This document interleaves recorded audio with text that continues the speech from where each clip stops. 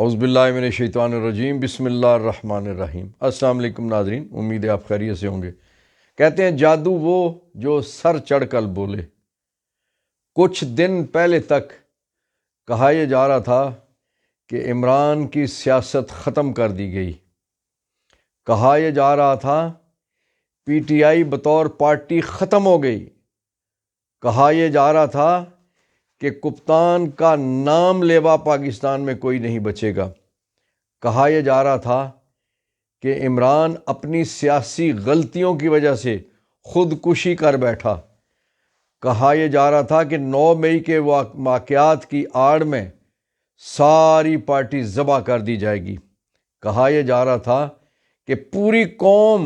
ایک طرف کھڑی ہے اور صرف اکیلا عمران ایک طرف کھڑا ہے۔ اچھا، اب اس کا دوسرا پہلو، اسی بات کو اس انداز سے لیجئے کہ اگرچہ پوری قوم ایک طرف نہیں کھڑی تھی،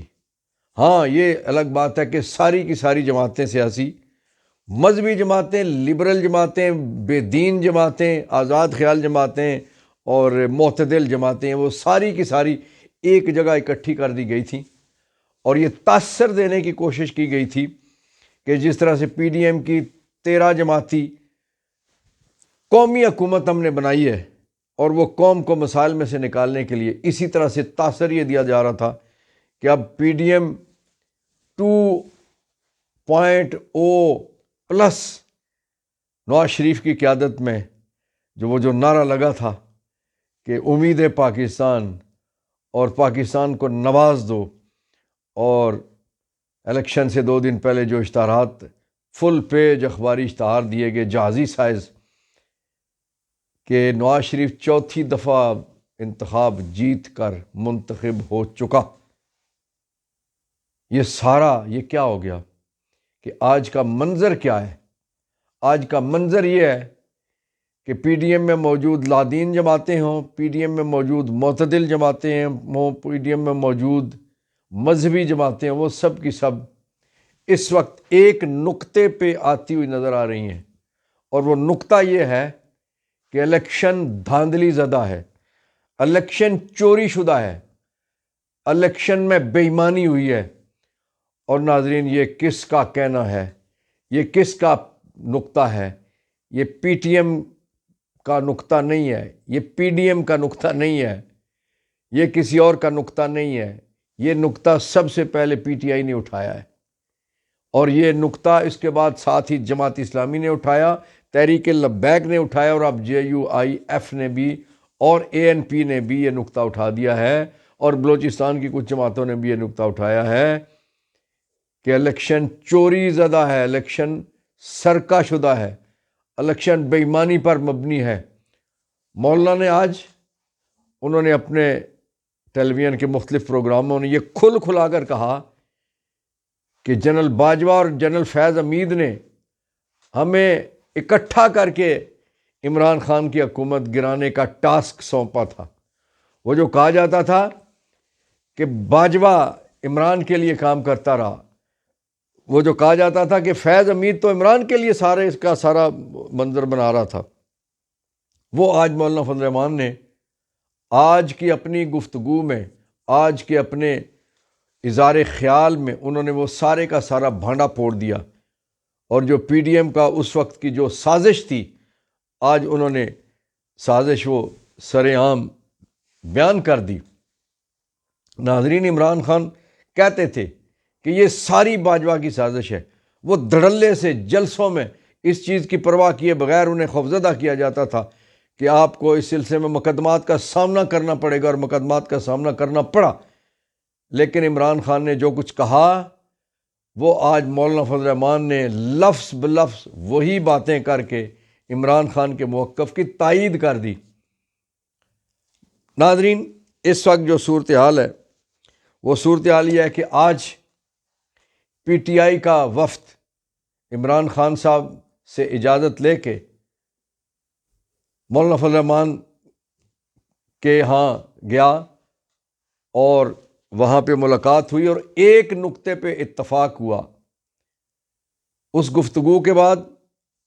پی ٹی آئی کی طرف سے بیرسٹر سیف اور JUIF کی طرف سے حافظ حمداللہ نے میڈیا سے گفتگو کرتے ہوئے باقی تفصیل دیتے ہوئے یہ کہا کہ دونوں جماعتوں کا اس بات پہ اتفاق ہے کہ الیکشن چوری زدہ ہے، الیکشن گھڑبڑ گھوٹالہ ہے، الیکشن بے ایمانی پہ مبنی ہے، اور اس کے نتائج کو ہم نہیں مانتے، وجوہات اپنی اپنی نتائج نہ ماننے کی، لیکن انہوں نے کہا کہ یہ اس نقطے پہ اتفاق ہے، اور کل کی باتیں کل اور بعد کی باتیں بعد اور آگے کی باتیں آگے۔ ناظرین، جو اس وقت عملاً جو صورتحال بن رہی ہے وہ اس کے مطابق پاکستان پیپلز پارٹی ابھی تک منتظر ہے اس بات کی کہ PTI ان سے بات کرے۔ زرداری صاحب اس بات میں ابھی تک وہ لگے ہوئے ہیں، کوشش کر رہے ہیں، وہ بے پناہ جرگے کر رہے ہیں، بے پناہ کوششیں کر رہے ہیں کہ عمران خان کسی طور پیپلز پارٹی کے ساتھ ہاتھ ملا لے اور پیپلز پارٹی کی بات سنے، لیکن پیپلز پارٹی کی بات عمران خان صاحب نے تاحال نہیں سنی۔ پتہ نہیں کل شاید کوئی رستہ ایسا بن جائے، لیکن جو اس وقت کی صورتحال ہے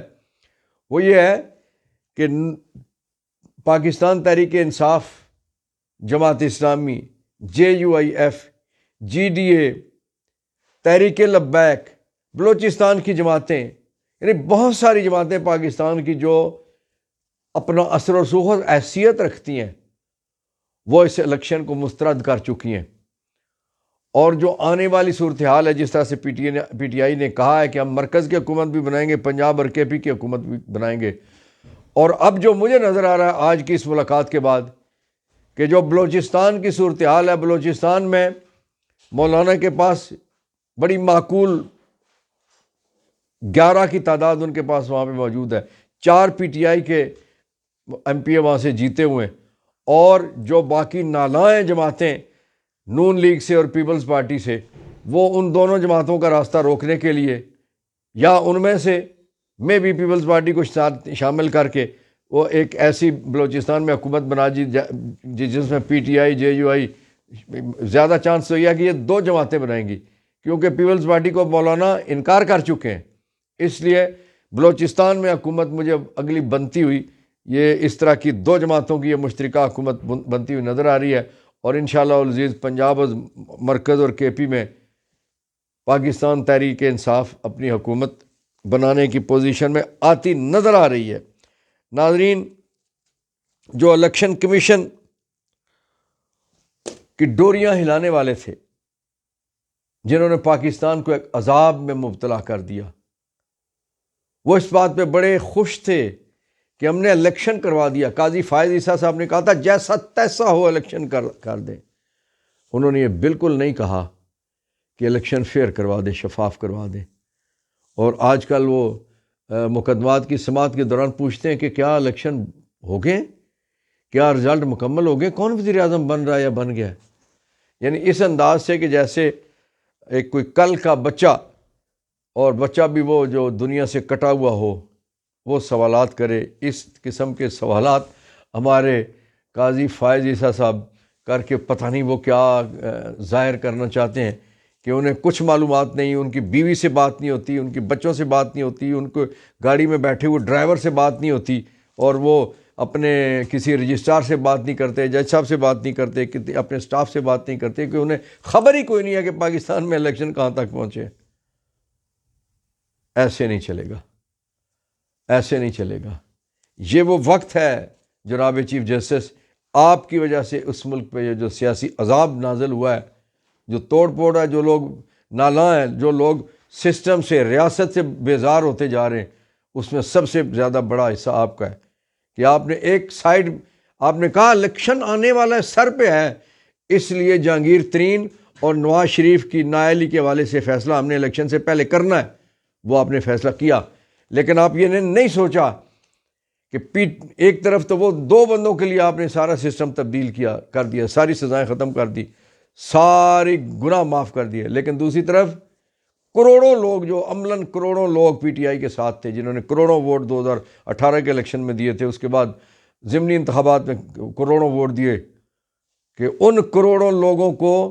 الیکشن سے باہر کرنے کے لیے، متاثر کرنے کے لیے آپ نے 2-4 جو اکبر ایس بابر جیسے بندوں کے اور باجی نورین کے کہنے پہ آپ نے، ان دو چار کے کہنے پہ آپ نے پی ٹی آئی سے انتخابی نشان چھین لیا، لیکن آپ کو یہ نظر نہیں آیا کہ پاکستانی قوم کی اکثریت کس سائڈ پہ کھڑی ہے اور ان کے دل پہ دماغ پہ کیا گزرے گی، وہ آپ کے لیے کتنے نیک نیتی سے آپ کے لیے دعائیں یا بدعائیں یا جھولیاں اٹھائیں گے، یہ آپ کو دیکھنا چاہیے تھا۔ اب بھی وقت ہے سو موٹو کا اختیار آپ استعمال کریں، اب بھی وقت ہے کہ آپ جسٹس عامر فاروق صاحب سے کہیں کہ وہ گڑبڑ گھوٹالہ والے فیصلے نہ کریں، وہ جو فیصلے جلد سنانے وہ جلد فیصلے سنائیں، اور اسی طرح سے حضور اگر آپ میں ہمت نہیں ہے تو آپ مہربانی کریں آپ ان بینچز میں نہ بیٹھیں، آپ باقی ججز پہ اعتبار کریں۔ آپ اپنے مخالفین کو نکلوا چکے، وہ استعفے دے کے جا چکے، لیکن اس وقت فرض عین ہے آپ پہ، فرض منصبی ہے آپ کا، آپ قاضی القضاء ہیں، سب سے زیادہ گرفت اور پوچھ گچھ آپ سے اس دنیا میں بھی آپ سے ہونی ہے اور آخرت میں بھی آپ سے ہونی ہے کہ آپ کے نیچے یا آپ کی قلم کے نیچے، آپ کے سائے کے نیچے سارا کچھ ہو رہا تھا اور آپ نے اغماض برتے رہا، پرے منہ کیے رکھا۔ ایسا کرے رکھیں گے تو آپ کو پتہ ہے نا کہ منصف کے حوالے سے، عام پبلک کی اور بات ہے، منصف کے حوالے سے اسے اللہ تعالیٰ نے اپنا اختیار دیا ہے کہ زندگی اور موت کے فیصلے کرتا ہے، عزت اور ذلت کے فیصلے کرتا ہے، مال لینے دینے کے فیصلے وہ کرتا ہے۔ آپ کے ہاتھ میں سب سے بڑی قلم آپ کے ہاتھ میں ہے اس وقت، اور آپ پہ یہ ذمہ داری ہے کہ آپ اپنے سو موٹو کا اختیار بحال کریں اور آپ درست انداز سے آئین اور قانون کے تقاضے پورے کرتے ہوئے تنازعات کا حل نکالیں، ان کا فیصلہ کریں، ان کا آپ تصفیہ کریں، ان کا آپ تجزیہ کر کے درست انداز میں رپورٹس کے مطابق، آئین اور قانون کے مطابق، فارم 45 کے مطابق قوم کو الیکشن کا نتیجہ دیں، ورنہ اس سے پہلے بھی اسی قسم کے متنازع فیصلوں کی وجہ سے 40 سال کے بعد آپ کو کہنا پڑا کہ بھٹو کی سزائے موت والا قتل ہوا تھا، ہم شرمندہ ہیں اس پہ۔ جسٹس نسیم حسن شاہ نے مرنے سے پہلے یہ قوم کے سامنے اعتراف جرم کیا کہ ہم مجبور تھے۔ اب جو مرنے کے قریب یا قبر کے قریب جا کے اپنی مجبوری کا اظہار کرے، اس سے نہ قوم معاف کرتی ہے، نہ تاریخ معاف کرتی ہے، نہ اللہ رب العزت کی ذات معاف کرتی ہے۔ اس کی وجہ یہ ہے کہ فیصلہ درست آپ کریں گے تو اللہ کے ہاں آپ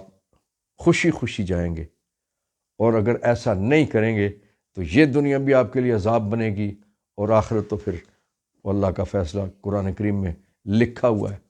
کہ شہادت کو مت چھپاؤ، اور منصف کے حوالے سے یہ کہا گیا ہے جو اصول طے شدہ ہے کہ منصفی کرتے ہوئے نہ دل میں کوئی رنجش لاؤ، نہ دل میں بغض لاؤ، نہ محبت لاؤ، نہ دشمنی لاؤ، نہ خوف لاؤ۔ اسی لیے حضرت عمر فاروق رضی اللہ تعالیٰ عنہ جب قاضی مقرر کرتے تھے وہ بہت ساری چیزیں دیکھتے، یہ کسی ایسے خاندان سے تو نہیں ہے جو کسی دوسرے خاندان سے خوف رکھتا ہو کہ خوف سے فیصلے کرے، اس کی دشمنی کسی سے ایسی نہیں ہے جس کی وجہ سے یہ فیصلے دشمنی میں کرے۔ تو اس وقت جو سب سے زیادہ بڑی ذمہ داری ہے وہ قاضی صاحب آپ پہ، اور اس کے بعد جو سپاہ کے سربراہ ہیں میں ان سے بھی گزارش کروں گا کہ مولانا فضل الرحمان نے بھی آپ سے آج گزارش کی ہے کہ آپ مداخلت چھوڑ دیں۔ عمران خان صاحب کب سے کہہ رہے ہیں مداخلت چھوڑ دیں، جماعت اسلامی بھی کہہ رہی ہے، جی ڈی اے بھی کہہ رہی ہے، اور بھی جماعتیں کہہ رہی ہیں، بلوچستان کی جماعتیں بھی کھل آ کے کہہ رہی ہیں کہ مداخلت چھوڑ دیں، تو چھوڑ دیں۔ اللہ آپ کا، میرا، ہم سب کا حامی ناصر ہو۔ آخر میں فلسطین، مظلوم فلسطینیوں کو دعا کہ اللہ تعالیٰ انہیں ان کے لیے مشکلات کمی کرے، خاتمہ کرے، اور فلسطین کی آزادی ہو۔ پاکستان زندہ باد، فلسطین پائندہ باد۔